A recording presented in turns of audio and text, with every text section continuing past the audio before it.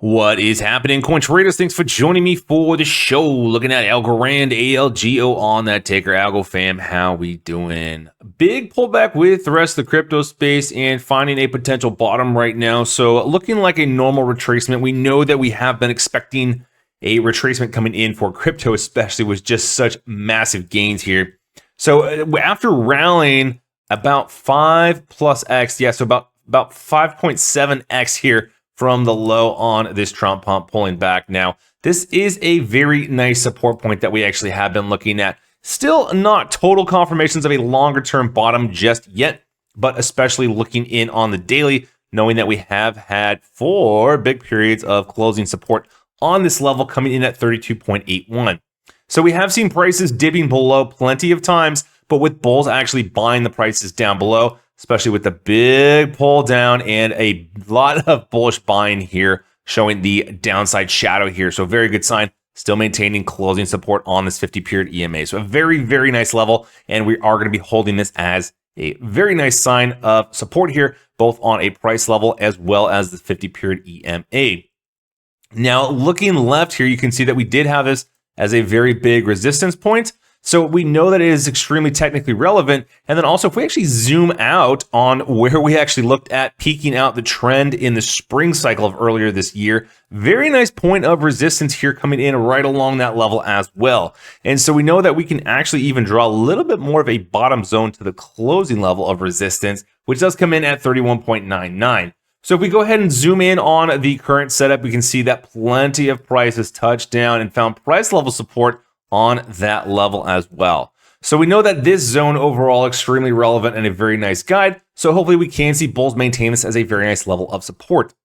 Now up overhead though, we actually have plenty of resistance. So we look at the 12 and 26 getting very close together, and we know that these are likely both going to be resistive. And when 2 exponential moving averages do get close and essentially touch each other, that does beef up and make a very robust resistance level. So if we actually go ahead and zoom in on this trend, you can see that most recently we have been looking at a big level of closing resistance along this 12-period EMA. So we are getting close to this bearish cross, nothing extreme and major right now just yet. Looked at a little bit of support, but found a pretty clear break below the support level, and then holding a big resistance zone ever since in between the 50-period EMA and this 26.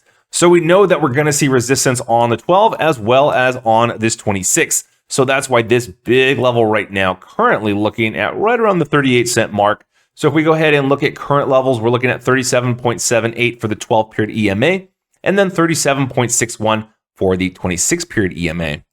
On the retracement, if we look at a Fibonacci retracement from where we actually saw the low here up to the current trend high here over 61 cents, looking at a retracement and a pullback down in between the 50 and the 61.8. So a pretty normal level for a zone of support. Typically the 61.8 is about the most we do like to see in any kind of pullback and retracement. In a perfect ideal scenario, we do like to see the 38.2, but we know that especially with such huge gains without any sort of big pullback or retracement, that's essentially the same as rallying up to about, say, the 40-cent level and then pulling back. So not necessarily a bad thing. We know that this is a level that we actually have to hit. So a very normal retracement as well on this pullback, especially looking at we do have a very big period of a lot of support actually being found at those points. But that does mean up overhead, we are going to be looking at 38.2. It's probably a little resistive, assuming we do get above the exponential moving average resistance. So a big resistance point up overhead at about 41.97.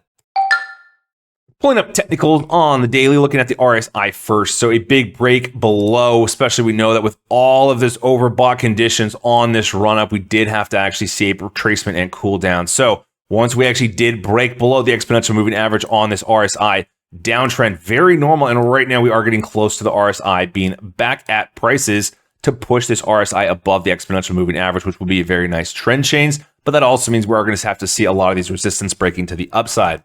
Now, if we actually go ahead and look at stochastic RSI, the stochastic for the relative strength index, then we are looking at a potential for a lot higher run here, because we do know the last time we were at levels this low on a pullback, even zooming back, well, the last time we were even below the 20 line here is prior to this big run up. So We know that once we get a lot of momentum to the upside, the potential to actually see a lot higher highs is definitely there. But I do need to paint a realistic picture that even just because we do actually see a cross and a potential run up, that doesn't mean we're just going to see new trend highs right now. In fact, because we have pulled back to about the 61.8, that does increase the likelihood right now of actually setting a lower high and forming into a little bit more of a longer tightening range, which isn't necessarily a bad thing for longer term growth, just knowing that the trend is going to slow down for the shorter term anyway, which is still good. Especially we do have on the MACD moving average convergence and divergence. A little bit of histogram bars coming back to the zero line here. We do have a potential for the MACD and signal line to get closer together. So a little bit more of a good sign, but we know that MACD is pretty laggy in terms of an indicator, which is why I don't typically like it as much. And Stochastic RSI is a little bit more of a relevant, quicker guide for a lot of oscillators that we do typically end up using. Now, I do want to talk about the volume here that we have seen come in, because overall, if we actually look at the peaks in terms of sell-offs, we have seen an overall downtrend in the amount of volume for bearish pressure, which is normal for a little bit of a pullback that does start to slow. So a normal retracement here for an otherwise bullish setup. Because typically at the top, we do end up experiencing a lot more selling than once the selling does continue. We typically see a huge exhaustion of selling once we do find support. So kind of looking like that's what we are seeing right now, especially as we did have increasing bearish volume and a peak here, which wasn't necessarily the lowest price point. Obviously, bulls did buy the dip. And then the immediate following, the bears did try to reclaim lows. Bulls ultimately put up a very nice fight defending and not as much bearish volume coming in here. So we know that a lot of defense is met, especially with a second day right now of upside and a little bit more of that follow through. So big resistance point we're looking at up at overhead, because right now we are looking at a previously defined and a very nicely established support zone. So if we can actually put up break resistance and actually form a little bit more of a higher high on the shorter term, very nice to help confirm that this is going to be a little bit more of that longer term bottom. And then we are going to be rallying up to set up a higher high and then put in a higher low. Now, flipping into the 12-hour, because I do want to highlight how on some of the shorter terms, we're actually looking a little bit more bearish. But for example, if we actually flip over onto the 2-day, we're still looking at a much more important longer-term bullish scenarios and setup, especially with the price forming a very nice close on top of the 26-period EMA on this 2-day chart. So still a longer-term bullish setup, but if we actually look a little bit more shorter term, 12-hour is a little bit more on the bearish side right now. We're looking at almost a full complete bearish cross here, with the 26 below the 50-period EMA.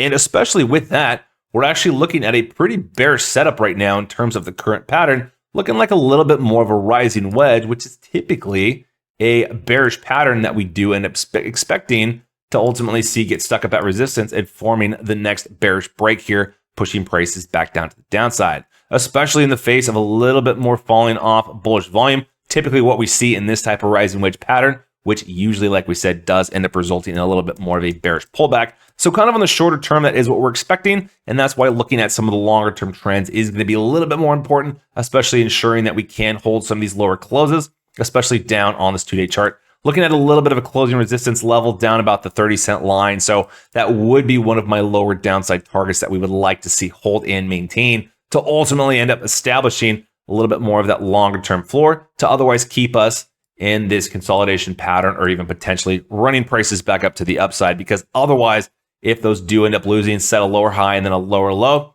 we're pretty much going to have this as being the current local top right now, and then going through with the next mini bear cycle once again. Personally, I don't think that's really as likely of a scenario right now, although we do have to always be aware of any potential possibility and setup. But just overall, I don't think that that is what's going to happen. We do have to go through several of these periods of pullbacks in otherwise longer-term bull markets, because without these big corrections where it's kind of a blessing to allow us to buy the dip, then we can't have longer sustained upside growth. Okay, so looking a little bit more longer term on the weekly chart here, and a second week over week of falling bearish volume. So a good sign on the pullback, like we talk about, finding a little bit more support bouncing off the price level for the 12-period EMA on the weekly here. Zooming out, I want to talk about a big key critical level that we've been looking at for Algorand as being an extremely relevant level, and that's pretty much right around the 28-cent mark. So as we can see, if we actually zoom out here back to 2022, big period of support before ultimately flushing back before the FTX pullback and announcement and all that other garbage that ultimately led to a lot lower lows. bounce, found resistance at this once again, and then on the most recent pump here in the spring, did find big level of weekly closing resistance at this point. So extremely technical level right now that we've found tested multiple times. Price level has bounced off of that one, so would love to see another defense of that level, and hopefully won't actually see a weekly close and break below that level. That would be pretty much a bad sign just based on how extremely strong and relevant this 28-cent support level is for the weekly chart. So right now, it still seems quite probable that over the coming days and weeks, we're not really going to experience a lot of crazy upside excitement and euphoric moves to rally and actually see new price highs. More realistically, I think we're probably going to stay in this overall price zone, pretty much from current price levels, probably to about that 40-cent resistance point. And then from there, actually have a little bit more of a decisive move, whether that be a bullish break of that resistance or actually a little bit more of that slippage and pulling back towards that 30 and 28-cent supports. So it sounds kind of boring, but hopefully that might be a little bit more good and kind of bullish news because it will allow us to relax and enjoy the holidays without being so focused on crypto charts. So do hope everyone does spend time with loved ones and friends and not just always glued to crypto content, but always appreciate the continuous love and support as always. And so with that, that is going to go ahead and wrap up the show for today. Hope you all enjoyed. If you did, please hit the thumbs up, like, and subscribe if you have not done so just yet. Also, make sure you do post all those questions, comments, issues, disagreements, all that stuff either down in the comment sections below, or feel free to reach out over on Twitter or X at coin_trades is the handle. Look forward to chatting with everyone over there. So that's going to do it for now, though. So stay safe, take care, coin traders and algo fam, and I'll talk to you in the next video.